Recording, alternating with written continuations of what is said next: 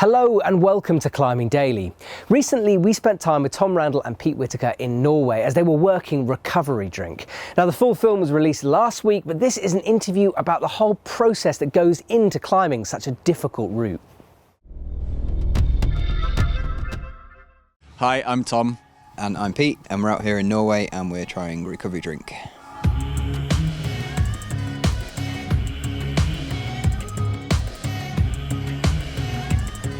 Recovery Drink is an amazing trad line on the profile wall in Jossingfjord, Norway. This is the third trip we've made out. So we've made 2 10-day trips and then this one a 3-week trip. So the 2 10-day trips were to work it, and then this 3-week trip to try and redpoint it.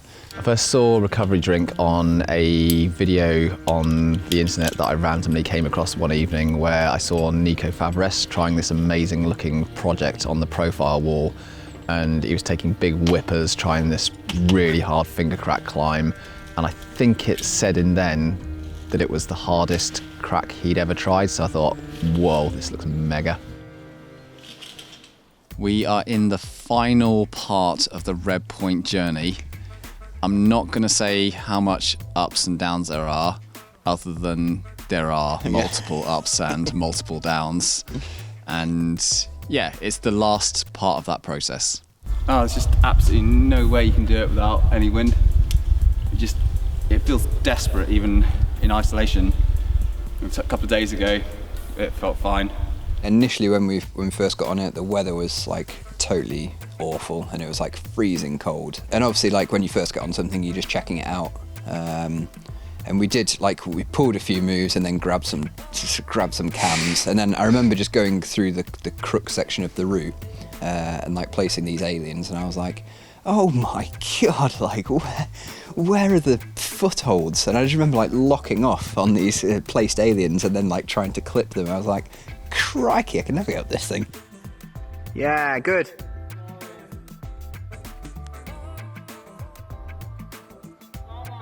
Come on. Come on. Come on. Yeah.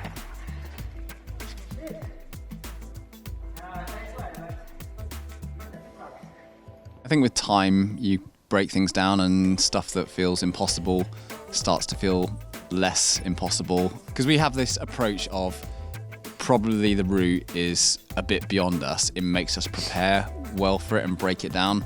And inevitably, they do get a touch easier with time. It's putting it all together, which isn't always the simplest thing. To summarise, the conditions are suboptimal not in the extreme, but suboptimal for redpointing. I always think we should put these things into perspective.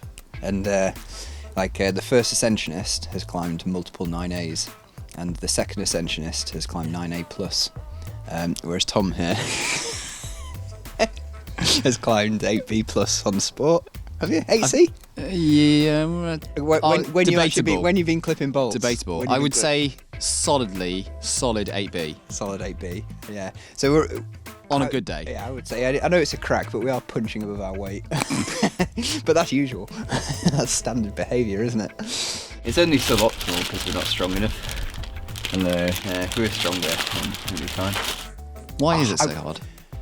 I mean, I wouldn't say it's been totally desperate, but like I said to you before, expectations have been really high, and I think that's the thing. Whereas if we'd been this is gonna take us, a year, 2 years, the other things at this grade have potentially taken us, rather than this is going to be a 4-month journey, then maybe if the expectations hadn't been quite as high, then maybe we'd be sat here going yeah, we are doing absolutely bloody brilliant.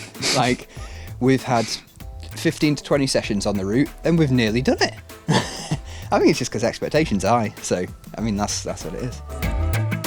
The crux for me is essentially a proper pure crack boulder problem. It's 1, 2, 3, 4, 5, 6 moves, really hard finger pain tolerance dependent steep finger locking moves, and around, I would say, font 7C plus in that, you know, individual sequence. And it's, yeah, like good, pure, hard, high quality crack climbing.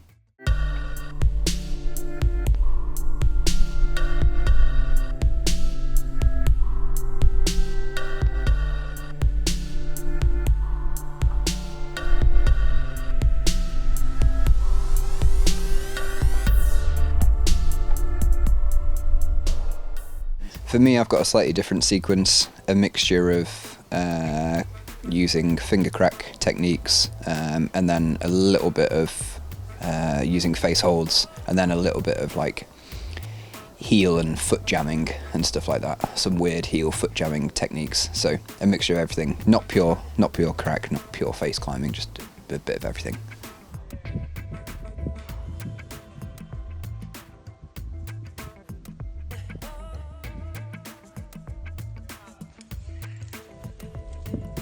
So in terms of the way in which we do the route, then it's a traditional climb, and so it's really important that you place all gear on lead. And the strategy is that it's really hard to place that gear because it's really pumpy, hard, sustained climbing. So you place the absolute minimum that you can to save yourself from getting hurt, but find the balance where it's not so terrifyingly scary that you can't perform, but it's enough to keep you on edge and make the climbing reasonable enough. It's a balance, basically. From the mid-height ledge, you only place 4 pieces of gear to the top. So you do take big falls, but it just falls into air. Unless like a piece rips, then you're never going to take an absolute monster.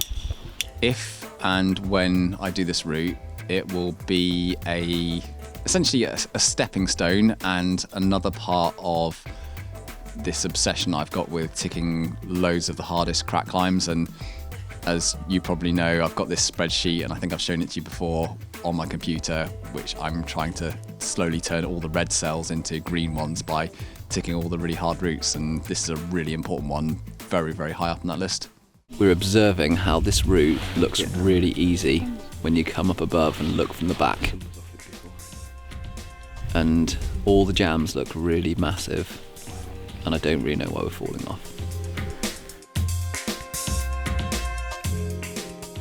So when I've done the route, like it would definitely be like a sense of achievement, but I would say I never have as much satisfaction as repeating something as when I do a first ascent, for example. So if I was to do like a first ascent at a slightly lesser grade, then that would probably like sit with me a little bit better. But in terms of like, yeah, doing the route, I'll obviously be like mega psyched when I do it. So I'm not going to complain. Cheers Tom and Pete for letting us hang out, and if you want to see the full movie of Recovery Drink, the link is in the description below. Thanks for watching, and I'll see you soon.